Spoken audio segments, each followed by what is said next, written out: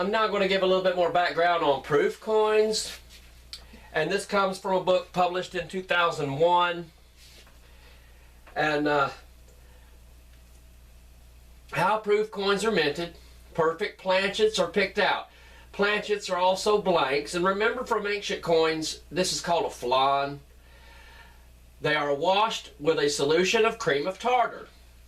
They are washed again and alcohol dipped. The dies for making proof coins receive a special polishing for mirror-like finish. The planchets are then milled. The coins are minted by special hydraulic presses at a much slower rate than regular coins. The fine lines are much more visible on a proof coin. And the cameos are lifted up much higher too. That's why they have deep cameo as a listing. And here's the process in pictures. That's the overview. And then I'm going to blow this up. And here you see the gold, or silver for that matter, that is casted here. Or it could be copper. This is just for proof coins. And it is rolled out. It's rolled up to 22 times here. And then the planchets or blanks are punched out of a strip. And then they're heated up in gas flame, tumbled or polished, washed with the two solutions, then centrifugally dried, and then they run through the machine that rounds out and gives the edges their reed-looking finish there. Then the coins are weighed, and then they're milled and stamped, and then the final coins are counted and bagged. So I guess at this time they were still bagging proof coins, which nowadays they are actually put into finer plastic or keepers, holders. Just a little background on proof coins here and how they're made. Now I'm going to bring you up to modern day times. Coin World magazine is quite sophisticated now from what it was 50 years ago. And this is the publication from June of 2018, just this past summer. And the main topic of the magazine is counterfeit. Counterfeit. And it shows some counterfeit coins here. And we're going to look at a few of them here. Okay, now this comes from page 8, coming from, and it's written by the chief editor of Coin Age magazine, who's William T. Gibbs. And his picture is over here, but I didn't want to show it. He might not want that. But he is a great guy. He's very knowledgeable, and he assisted me somewhat. I had some questions for him, and he was very polite with me, treated me cordially when I was asking him some questions concerning Coin Age magazine. Coin World magazine. And here we are. We're just going to show this from page 8. 5 examples of the coin the mint says were stolen from the Philadelphia Mint. Well, I guess by June of 2018, they're starting to see that so many of them were stolen. And we have long known that some examples are unaccounted for. Indeed, longtime dealer Julian Lyman freely acknowledges being involved in a transaction for 1933 St. Gaudens Double Eagle that is not among those in government custody.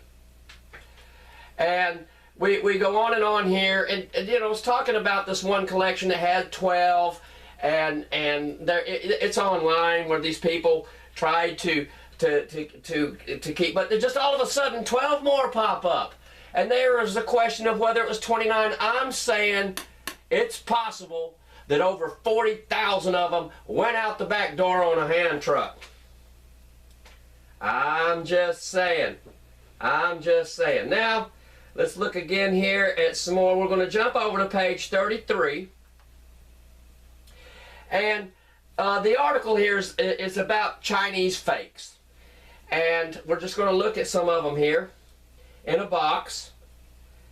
And it said here, trays hold freshly struck Standing Liberty $quarter produced at a facility in China.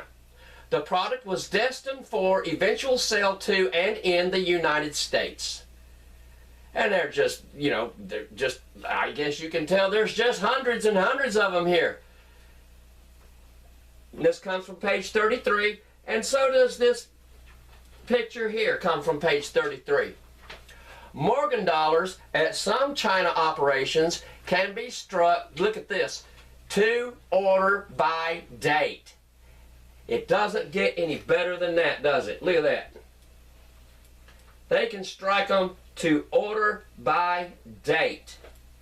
And well, how can they make them so well? How can they make them so good? We're going to look at it here. At this company alone, dies for making the Chinese counterfeits of United States coins number in the hundreds. I would say that the word thousands is not listed there. In the hundreds of thousands. And look at the press here. Well, I wonder where they got that. I wonder where the Chinese bought that from. Or how did they get their hands on such a machine? Let's look at it here now. The counterfeits flowing into the United States marketplace are often marketed in sheets, holding the fakes in 2-inch by 2-inch cardboard holders, just like anybody else. You see these in any typical coin shop. And this is how I store my coins too. A lot of my coins are in the, and I put like 2 maybe here at Staples instead of 4. But just to show you that this is what they're saying here. And these images come courtesy of the Big Tree Coin Company and featured here in Coin World magazine from June 2018. And that comes from page 34. Chinese counterfeits. For more than a decade, I'd say for more than 2 decades, counterfeit United States coins primarily produced at private minting facilities in Shanghai province, China, have infiltrated the U.S. coin marketplace with impunity. With impunity. They can't tell the difference. Staying on the same page. In the passing years, the quality of the counterfeits has greatly improved, making detection much more difficult. As we saw that some of them you can't tell the difference. Forgers have upscaled their efforts to include counterfeits of modern precious metals coins like gold and silver American Eagles and gold American Buffalo coins. Inscriptions and devices have become much more detailed on the fakes to replicate genuine issues. The counterfeits struck on base metal planchets or blanks are plated with precious metal before striking. Counterfeiters are also becoming more adept at replicating the proper color of the precious metal, so the fakes blend in with the genuine coins and avoid detection. In 2010, Coin World published an illustrated expose by freelance writer Susan Headley on a counterfeiting operation in China that used former U.S. Mint production equipment for manufacturing high-quality U.S. coin fakes.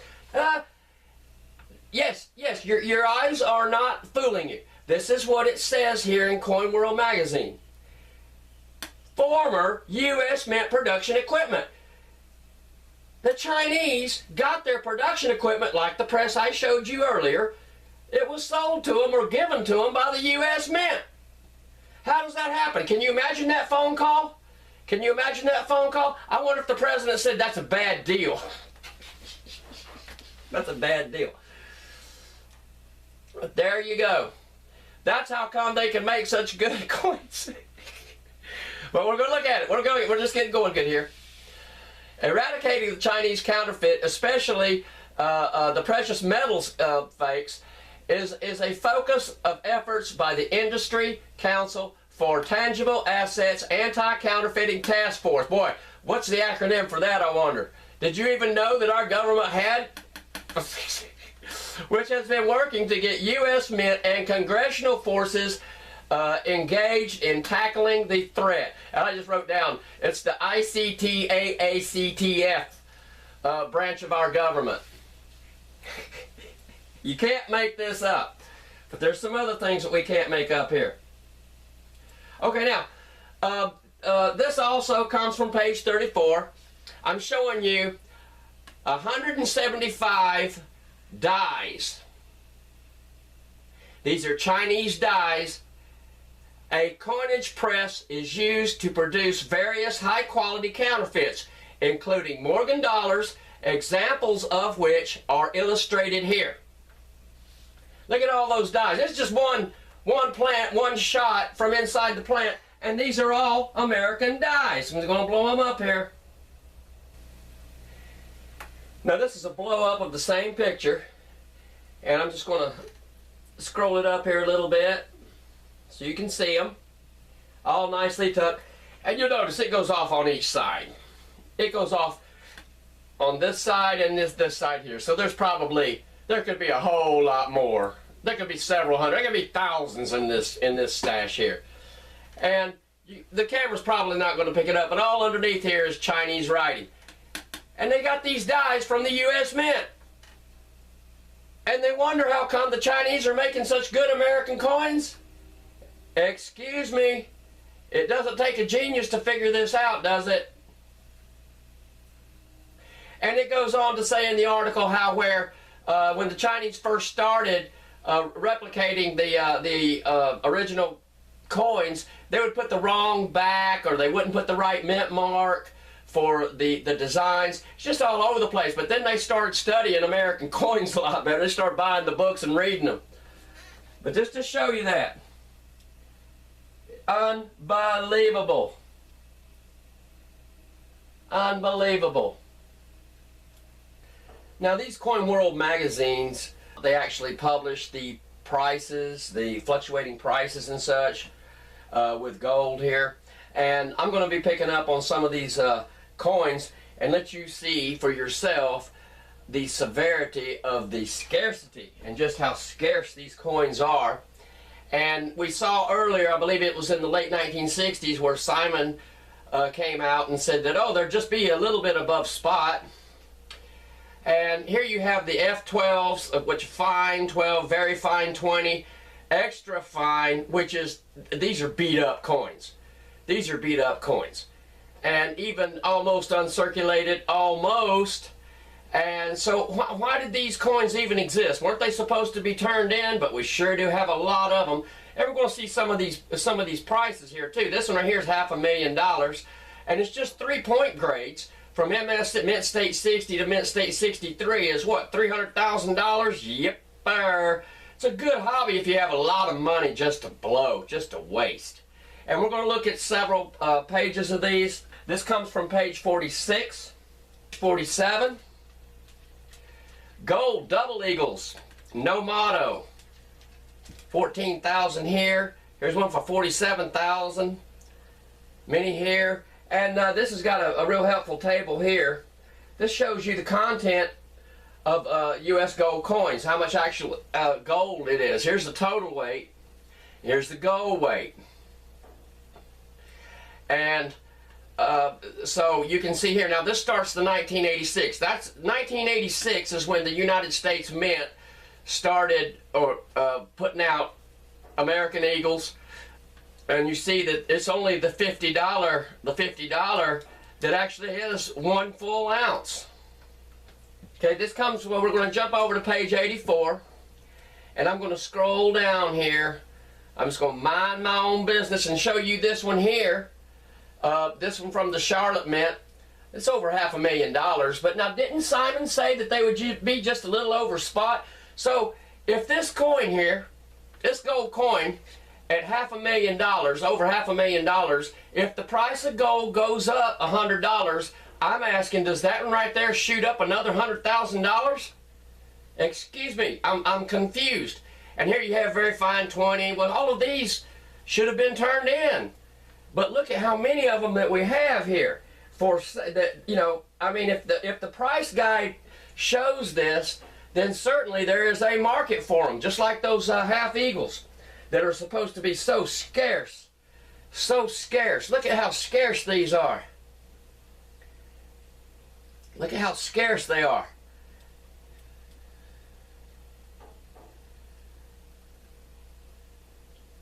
Now I'm going to show you the next column. from the same page. Starting here at 1859 San Francisco. Look at these prices here. 50,000, 135,000. Man, oh man. Look at them, look how scarce they are. And let's go back up to the top where you see the very fine 20, extra fine 40. All these should have been turned in. They should have been turned in. Here's one for 65 grand. That's a deal there, isn't it? Yes, sir. Yes, sir. Capped bust. This quarter eagle. These are $2.50 pieces that are going for over $500,000, $250,000, over $500,000, $500,000, look at how many hundreds of thousands of dollars these are above spot. 150,000, 375,000, $250,000. This is the first column from page 86. These are cheap here. $90,000 for these coins here. I'm just going to scroll down real careful here. Let you see here. Lots of 30, 40,000. Here's a couple down here for 285,000, 210,000. We know where this is going. 75, 65,000. Quarter eagle. These are $2.50 pieces. And look at all these F12s and look at all these. I thought they were supposed to, I think I said that before. Here's one here. Proof only. $145,000. Yes, sir. Yes, sir. This is a good hobby to have, isn't it? Look at all these. All these were supposed to be turned in. Look at these prices here. $130,000. And who sets the price here? Here's the 1854 San Francisco. $500,000. Yep.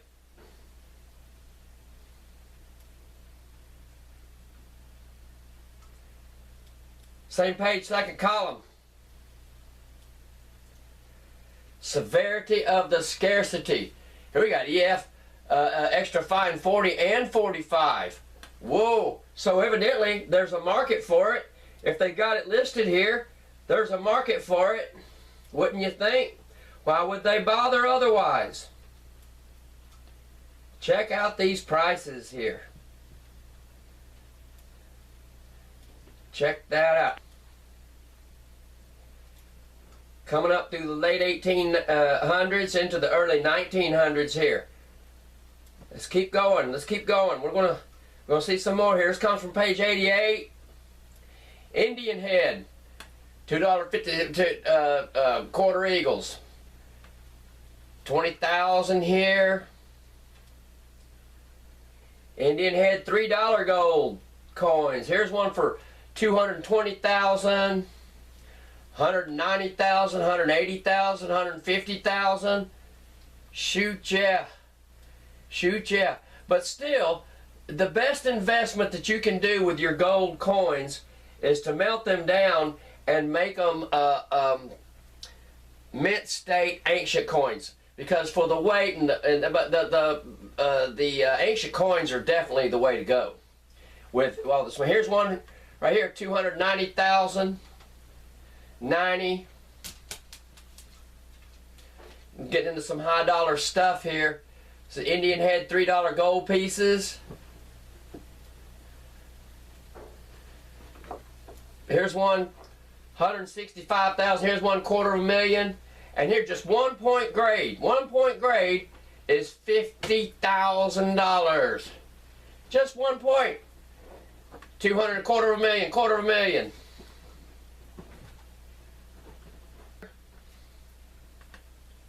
$225,000.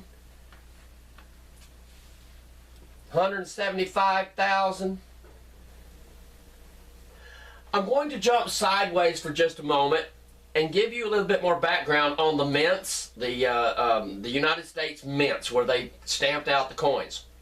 The first mint was 1792, Philadelphia, Pennsylvania, and it still operates today. The second one was opened up in 1837 in Charlotte, North Carolina, and it was only allowed to stamp out gold coins. and that was because of Rutherford County was pretty close to it, and there was a problem between Charlotte and Dahlonega getting their gold up to Pennsylvania, Philadelphia, to stamp the coins out. There was a lot of logistics issues. There were bandits, there were thieves, etc., etc. But getting back to the Charlotte, North Carolina Mint, it shut down in 1861 by the Confederate officers. And Charlotte mint mark was a C. The Dahlonega mint mark in Georgia that opened up in 1838, just the next year, they were only allowed to stamp out gold also. And that was because of the big gold strike that they found there in the Dahlonega River and there in Georgia and around Dahlonega. Dahlonega's mint stamp was a D. It was a D. And it was shut down also by the Confederate officers, the Confederacy, in 1861. Now here in New Orleans, Louisiana, they were allowed to stamp out gold and silver. And this covered a lot of the overflow from Charlotte and Dahlonega. Now how they got the gold there, I don't know, but they also had other gold deposits in the southeast and in the southern states, basically. Probably a lot from Texas or so. And it got started in the same year as the Dahlonega, Georgia Mint, 1838, and it also got shut down by the Confederacy. But then after Reconstruction, it was reopened again in 1879 and ran for basically 30 years here up to 1909. The San Francisco Mint, they could stamp out anything. It opened up in 1854. I believe at that time it was also called the, or preferably called, the San Francisco Assay Office. That's what the actual mint was called, but it's a mint. It's a mint. Now, Carson City, Nevada, they were allowed to stamp out gold and silver, and it opened up in 1870, and it ran on and off up to 1893. And the Carson City mint mark was a CC. And then in 1906, the Denver Mint opened up, and its mint mark was a D. Also as Dahlonega, but since Dahlonega had been shut down in 1861 and Denver opened up in 1906, there was no problem calling the coins stamped out in Denver with a D mint mark after 1906. The dates would give it away, so they decided to just leave it at D. And then West Point, New York, the West Point Mint opened up in 1937, where they mostly stamped out pennies. And evidently they didn't have a mint mark until the early 80s, I think 83, and that's when they started putting a W. The West Point mint mark is a W, and at West Point is where all of the silver, gold, and platinum proofs and commemoratives are minted at. This is the only one of all of these anymore, of which several of them don't exist anymore. And the main mint, Philadelphia, San Francisco, Denver, and West Point. Those are really all we have now. And so the West Point has a W mint mark, and that's who stamps out all your proofs these days. Be it silver, gold, platinum, it don't matter. They're all stamped out at West Point. So now we're going to pick back up with the 2018 coin values from Coin World magazine, and we're picking up on page 90 here, and you'll see the mint marks over in this column here, and you see the prices here from the MS 63, 62s. Okay, here's one point in mint state here that is $30,000, 30,000 bucks. Here's one 10,000, and it's just all over the place. Now, also remember that each one of these lines that you see here across this way can mean as many as 100,000 coins or more. 100,000 or more. They stamp these out like biscuits. Now we're going to just scroll down here. And here you see your F12s, which is, I mean, F12 is just where you can barely tell it's a coin. And you see the grades here. And you see these outrageous prices. Values. Coin values. Oh, here's a dandy here. This is a unique opportunity. I'm going to show you a unique opportunity. 4 unique early U.S. half eagles, $5 pieces. There currently are 145 known varieties of early U.S. half eagles from 1795 to 1834. Of those, 8 currently are considered unique, only 1 known. 2 are in the Smithsonian collection, and 2 are in the Bass Core collection, which is on loan to the A&A Money Museum. The other 4 are offered here as a group. There you go. Look at that. I wonder what this set of coins went for. And I was going to call the company, but I blackened it out here because I was planning on using this anyway. So I scratched out the phone number and email address. But, oh my goodness. Oh my goodness. And this is on page 92, excuse me, 90 also. And this is the next column. And when I say column, that's only because I'm having fun with my friends in Georgia, because there was a big townhouse apartment place that they called the columns, and we called it the columns. So that's a throwback to my Georgia friends. And here we have one for $375. But funny, you know, there's nothing of the 1822, but there's one here for $500,000, and it's just barely a coin. I'm just saying. Here's one here for $975,000. And here's another one for $250,000, $400,000. Large planchet. I hope it's the size of a football field.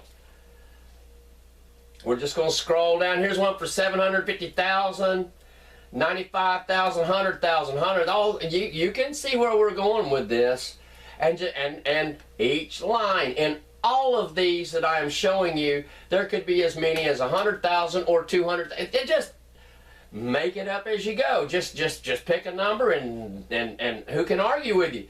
Here's one 165,000, an 1838 Charlotte. Boy, just happen to have those Charlottes in there in all these grades. Wonder how many truckloads they have of them.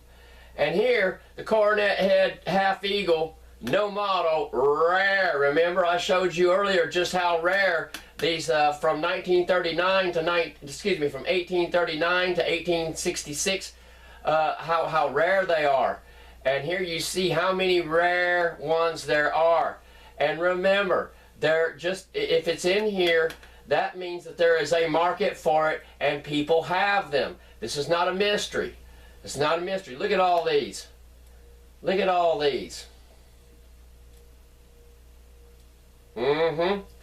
And there's a table down here. I'm going to show you, just jump you sideways a little bit on the abbreviation key with these coins.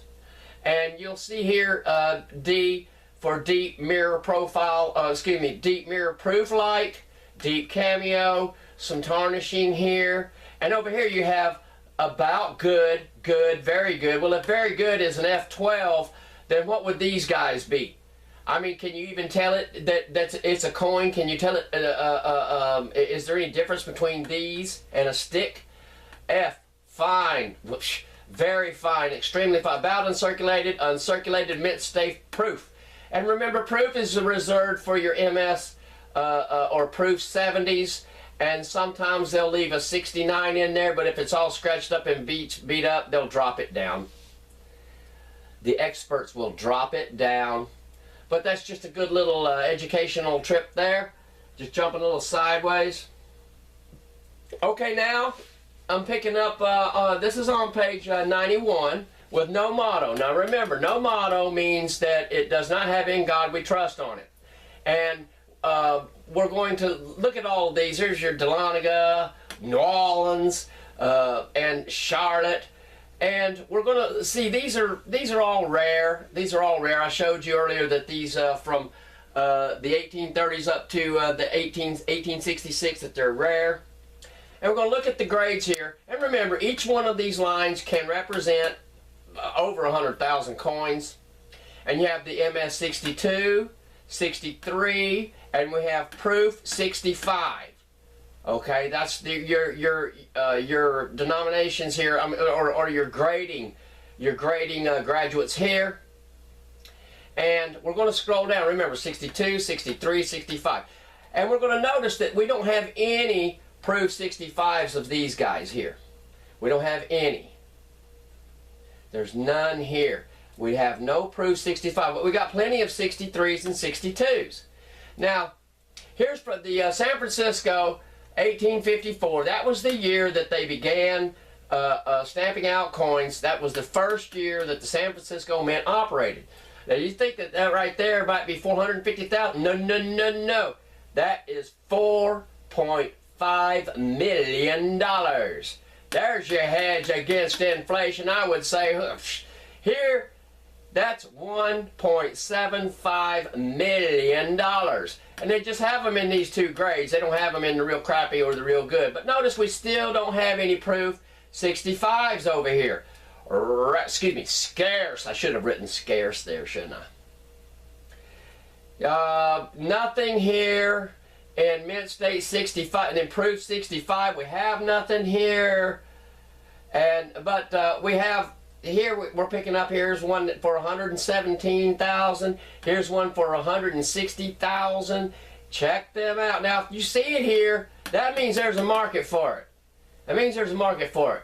And we didn't have any. I showed you where we didn't have any of the 65 proofs. And in here, 1861 Dahlonega, that coin's $190,000. Now, we had all these 62s and 63s, but here we have a hole. Here we have a hole. But for some reason, we don't have any of these here, but we have the proof MS 65s. Now, these with the no motto, they stop right here. I'm going to cut in right here from the June of 2018 Coin World magazine. And the Doctor of Exegesis is going to take you back in time. We're going to go back 55 years. And I'm going to show you 3 of my father's books. And we're going to elaborate here. Now, you remember, I had showed you that just a few minutes ago that the 1839 to 1866 half eagles, the half eagle is the $5 gold piece, and how rare they were. And now we're going to see some of these from these old books, some of the prices. And you'll notice here, this is the old Whitman insignia here from 1962. And these books are published or a year after they're copyrighted. Whitman Publishing, Racine, Wisconsin. And we're going to jump to page here. We're going to jump to page 92. And we're going to look at some of these prices here on the half eagles. Now, I'm not going to show all of them from 1839 to 1866. I'm just taking out spots so that you can see for yourself. Now, this first line here, this is the year. Here you have your mint mark, Charlotte, Dahlonega, New Orleans, and that'll be Philadelphia. Charlotte, Dahlonega, New Orleans, Philadelphia. And that's what continues through this particular table here until San Francisco jumps in on the scene. And here you have the quantity minted, and they come down, and I told you that a few of those are, 100,000 or more coins, and there's several of them here. There's one for 600,000, 300,000, 300, 400,000, and we're going to know the graduations here, the grading here. We have fine and extra fine. That's all we have is fine and extra fine. And we're going to scroll these down. I'm going to show them to you. And you can look at the prices here. $17, $27, $16 here, $15 here, $60, $70, $25 for the extra fine here, $60, and this is 55 years ago. We're going to come down here, and we're going to notice that the 1854 San Francisco, there were only 268 of them minted. But you'll see the fine is $1,500 and the extra fine is $2,500. 1963. Now I'm going to move up to the next item I've got here, which is going to be page 93, and we're picking up with 1856 Dahlonega, Nolans, San Francisco, Philadelphia, and we see here's all the quantity minted, and this shows how rare these half eagles are. Look how many of them were, just thousands and thousands and thousands of them. Fine, extra fine. We'll scroll down here. $25, $25, $57, $26. Here's one for $23, $20.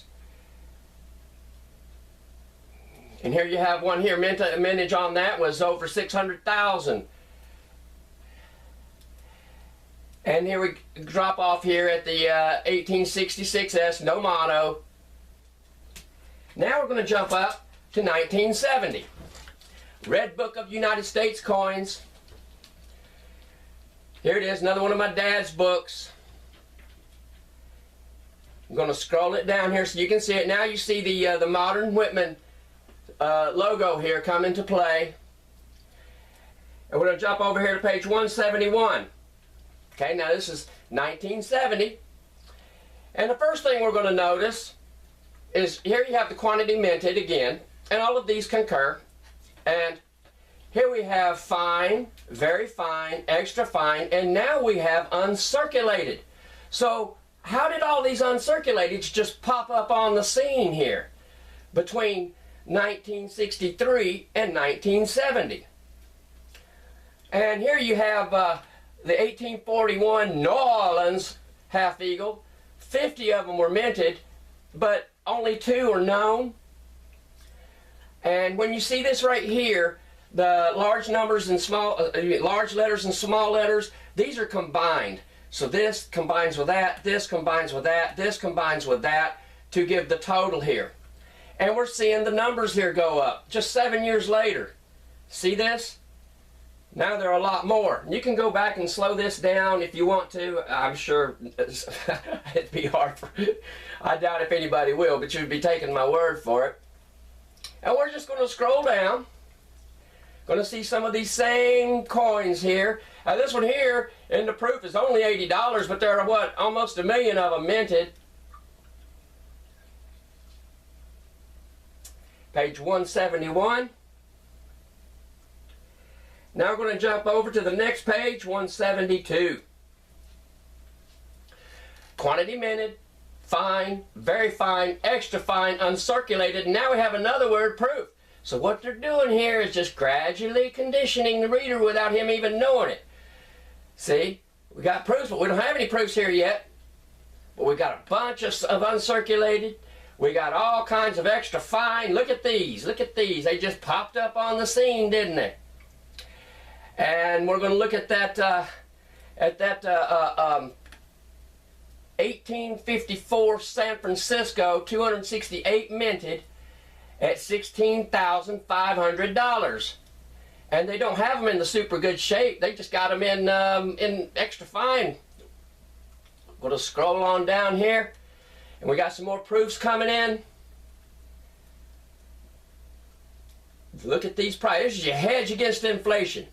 And at the end of this video, I may show you what I feel is the most time-honored and proof positive hedge against inflation. Just look at some of these prices. 7 years later, they're getting on up there, now. We're going to jump over to 1985, 15 years later. Remember that the doctor of exegesis believes that time is static and we can fold time, we can bend time, we can go backwards and forwards in time as much as we want, and have it here for you to see. Now, first thing we're going to notice is I'm picking up here with the 1839 half eagles, quantity minted here, same. We have very fine 20, extra fine 40, almost uncirculated 50, and mint state 60. You see how these have changed here? But so have the prices.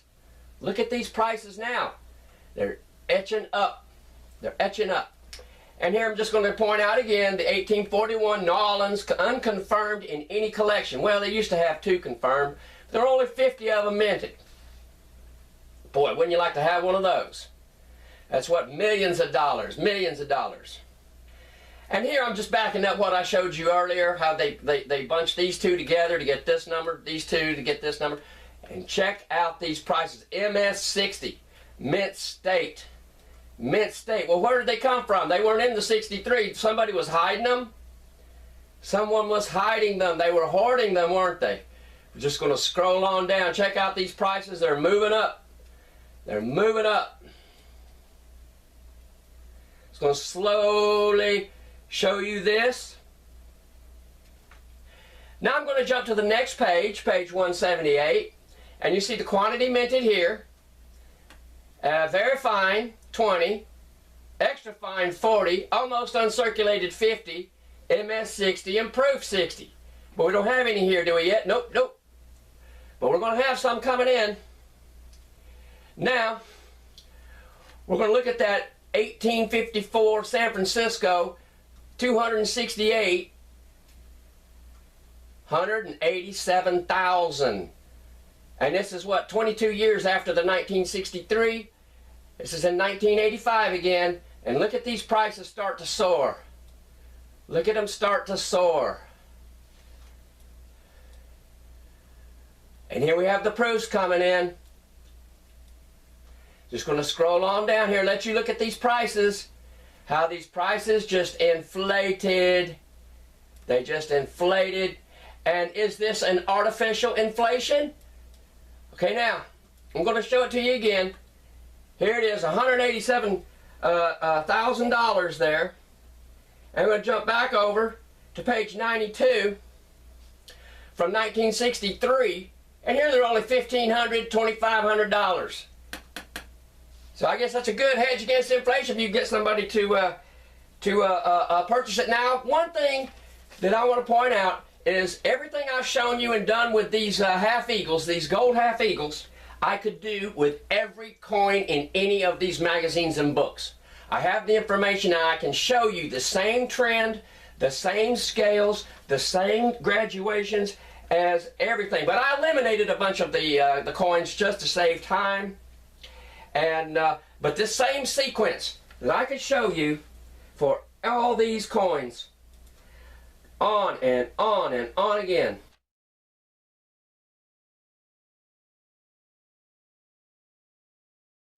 These starts the motto on reverse 1866. And we're going to look at them here in the catalog. And for some reason our hole continues down here to the bottom. But for some reason we also have the proof 65s. We don't have the lesser coins, but we have the perfect coins. The doctor of exegesis is in the house. Okay, now we're going to continue on page 91 with the coronet head half eagles. And you'll see a hole here. We don't have the MS62, 63s, but we got a couple of proofs here that are $200,000. Here's one for $300,000. Check out these prices. Boy, isn't this a... You think that sports cars is an expensive hobby? That don't even come close. That don't even come close. Just going to scroll on down here and let you see some of these prices.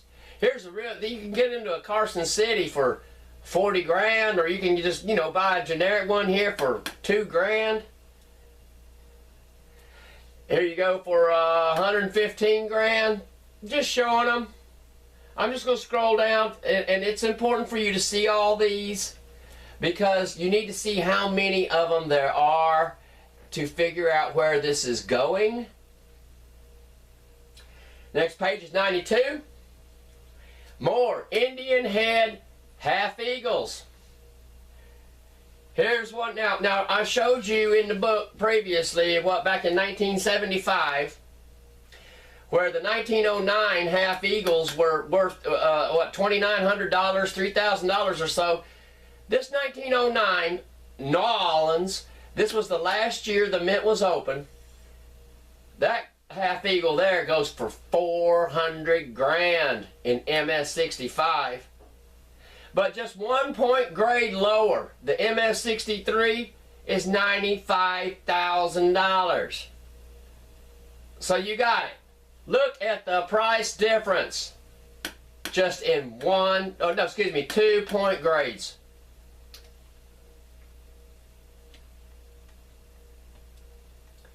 Continuing down here, now we're getting into the eagles, your $10 eagles.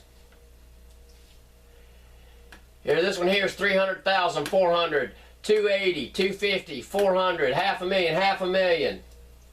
Check these guys out. Look at these prices. Oh my goodness. And here, look here, there's a hole here. We don't have any proof 65s here. But this proof 65 here from 1845, that's going to be Philadelphia. Boom. $350,000. We're just going to scroll down. Just going to scroll down here. Now we're going to look at the next column. Okay, this comes from the same page. Cornet Eagle Head. And I'm just going to scroll down. You see all these from New Orleans. And here's 190,000. We got a big hole here between the MS63 and the Proof 65s here and MS62s. Remember, MS62, 63, Proof 65. And we don't have the 62 and 63s, but we have the proofs. We have the proofs right here. Well, how come I'm just asking. And this is all pretty interesting. Here's 175,000 from Carson City. And look at this big hole here. We don't have any 62, 63s, but we have the proofs. We have the proofs. And I find this coin here a little strange, I would say. The 1875 Philadelphia Mint. You see the prices here? This is $350,000. This is $550,000. And they're like way down. These coins here, they're like fine, extra fine. They're not in really that good a shape. But then we jump over to the MS60, 62, 63 until we get to the proof. Now the proof is only worth less than half, way less than half of the one that's in crappy condition. This is worth $220,000, but the crappy one is worth $500,000. Now, how does that happen? And the next one is worth $350,000. How does that happen? Just going to scroll down. Look at the hole there. Look at the hole between 62 and 63s. Check that out. Now we're on page 93. Cornet Head Eagles. Here you see your grading specifications up here. And look at how many we have. We still aren't into the 1900s yet. Look at these. Carson City, New Orleans, San Francisco. And the prices, of course, are, this is just discount coins. Discount coins. $45,000. Here's your hedge. The good one is $45,000, but the crappy one is $675,000. Well, they're the same gold weight. Indian head $10 eagles. No motto on reverse. Starts here.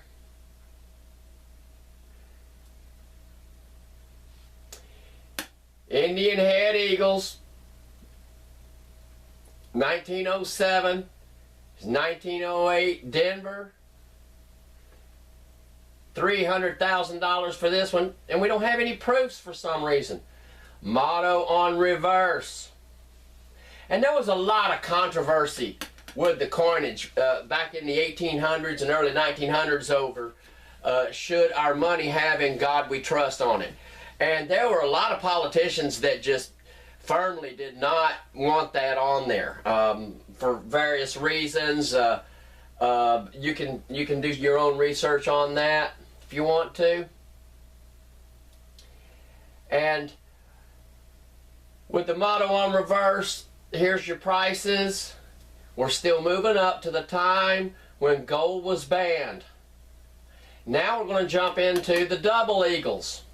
No motto on reverse. Picking up in 1849, unique. There are none of them available, but there might be in like 50, 60 years, or you can call up China. You know, maybe China can stamp you out a few of them. And here we go with the 1854 Nolans.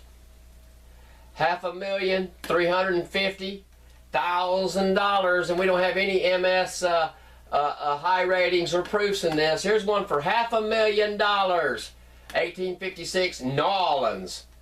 Double eagle. $400,000. If you can just barely tell it's a coin, it'll cost you $200,000. You may have to go and pick it up. I wonder, if you're shipping a coin that's worth $500,000, how do you insure that? I mean, do you take it to an airport? Do you ride with it in a taxi cab? Do you fly it in a Cessna? I'm just asking. How about a speedboat? Here's one here, 1860, $375,000. About finished. Jumping over here on page 94. Here's one for $375,000. Here's one for $200,000. And then just 2 point grades is $105,000. Here's an 1861, $2.1 million. Here's one for $250,000. $375,000, $375,000, just all over the place. Look at this. All of these, over $300,000. Here's one here, $500,000.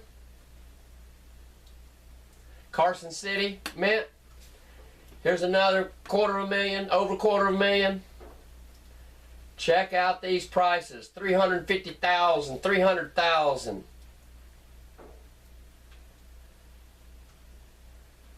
Would you have ever thought that American coins, there's just a little bit of gold in them, would have ever commanded such a price? And why? Why? Why are they still in existence? Why are all these still here? Look how many of them. Thousands and thousands and thousands of them. I'm just getting going here. I got a couple more to show you. This is the next column on the same page. All these are $100,000.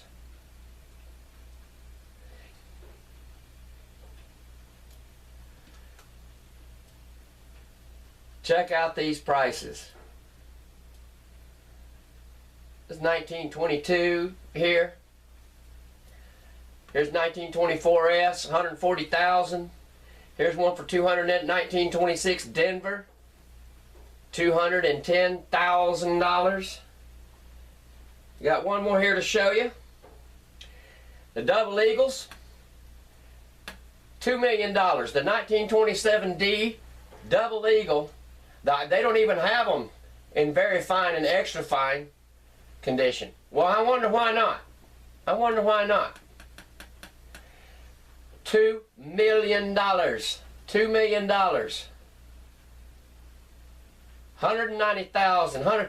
$110,000. You'll see here on the 1933 double eagle, zip across the line there, because they were supposed to be illegal. I'm going to start wrapping this up by showing you some of the pallets that they haul gold around on.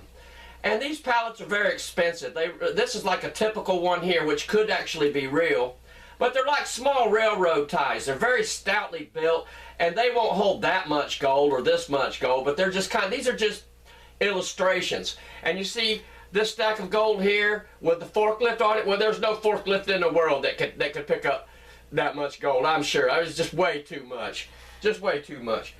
And I'm just going to scroll down here so you can see some illustrations. But the pallets, these are the pallets that cost $650 a piece. So if you've got several $1 million worth of gold, you're going to have to pay $650 for each pallet to haul them around on. You're going to have a forklift to move them with. Well, you just bought a $50,000 forklift, several $650 pallets. Well, did the price of your gold go up? I'm just asking. Now we're going to look at some more here. And this is Discover Ideas About Gold Money. Discover ideas about actually storing gold and gold money. Okay, so now I'm just going to scroll down and we're going to look at the severity of the scarcity. These are all real pictures. Look at here. Look at this. Room after room of gold bars. Look at here. And these are specially designed. These are not cheap. These are going to have to be hand built, solid. Each one of them is going to have to be welded. I'm sure there's not very many production companies that make these kind of racks. And did the price of your gold go up with your investment for the rack or all the equipment that you have to test the stuff? Look at here. Look at that. Look at this. Look at these rooms full of gold. I'm just going to scroll down. I'm going to mind my own business. I'm going to scroll down and let you look at these. And this is stuff online. I don't usually use anything online, but where are you going to get this kind of entertainment? There's just no way. Look, there's just no way. Let's see, this is more typical here. You can tell this is real because it's not just packed with gold. They only have like just a few bars on each shelf here. But look at here. Look at here, just almost as far as the eye can see. All these special built cabinets and shelves. And look at here. Oh man, look at that. That's just a vortex. It's got so much gold. Severity of the scarcity. I'm just going to scroll down, and here's got a man here in the background, and these piles, these stacks are as high as he is. They're just as tall as he is. Look at that pallet there. Look at that. These are all real shots. Look at this room here. These are all real pictures. This is from Fort Knox. Check that out. Look at here. Look at these piles of gold. Severity of the scarcity. And unfortunately, I can't find any pictures of South African gold, but the gold from South Africa would just blow all this. Think about this right here times 20 for each picture. Times 20. There's another picture there from the Bank of England gold vault. Huge rooms just piled with the stuff. Gold bullion demand. Look at here. Look at this guy here. He's just surrounded by gold. Here's a man sitting here on top of a bunch of gold bricks. He's probably writing down serial numbers and such. Look at it. Severity of the scarcity. This stuff is so scarce. So scarce. Look at here. That comes from Switzerland. Look at that. Look at these stacks of gold here. Well, you know it's got to be a reinforced concrete floor here. Look at the stacks here. These stacks must be 8, 9, 10 feet tall. Look at that. Check it out. The severity of the scarcity. Look at that. Look at there's a guy standing right next to it. And all these gold collectors say, well, I have my gold as a hedge against inflation. There is no hedge against inflation by owning gold. Gold is worthless unless you take it and turn it into cash money so that you can go and deposit it in the bank and use your debit card. Look at all that. Look at the severity of the scarcity here. Look at this room here. You got 1, 2, 3, 4 people here counting the gold or just hanging out with it. Look at that. Look at that. Unbelievable severity of the scarcity. And there you have it, ladies and gentlemen. I hope you've enjoyed this series of episodes, and it's hilarious.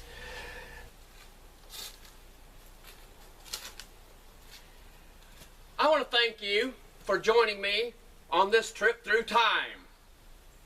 with the Doctor of Exegesis. Now you have seen my exegesis. And I hope you enjoyed it.